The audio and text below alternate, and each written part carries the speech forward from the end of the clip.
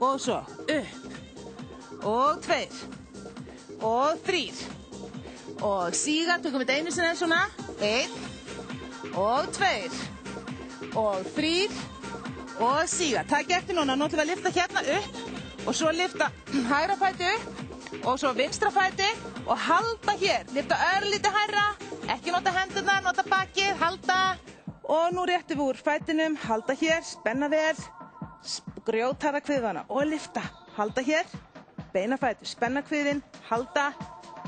og glæsilegt, tylla og niður, flott